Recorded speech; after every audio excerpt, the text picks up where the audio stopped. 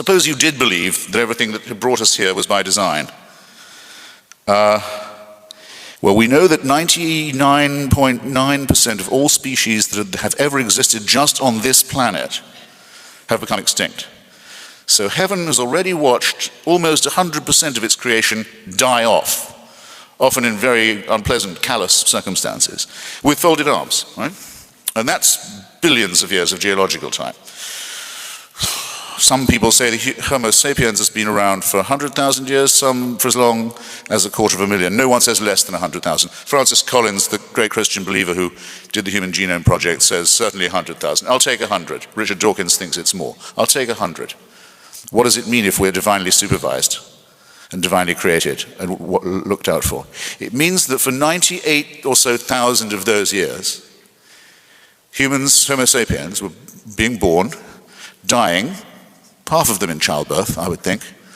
Life expectancy maybe of 20 years, maybe of 30, people dying essentially of their teeth and of hideous diseases, living in permanent fear. Where are the earthquakes coming from? Where are the lightning strikes coming from? Why is all this? What are these diseases that hit us? We don't know about microbes, we have no idea.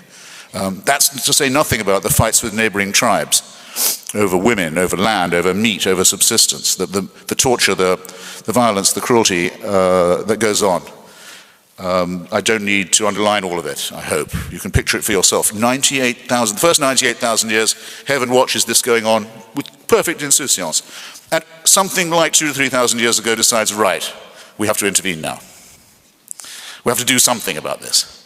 Well, what would be the best way of intervening to try and redeem this rather bleak picture? What about having somebody tortured to death in an obscure part of the Middle East?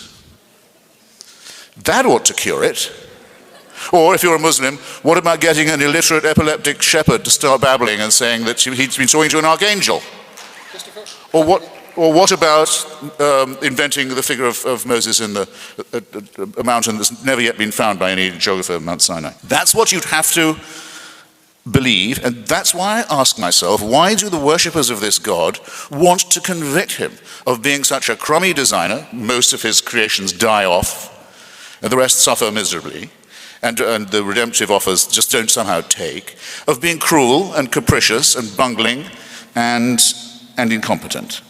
Why, and callous as a father.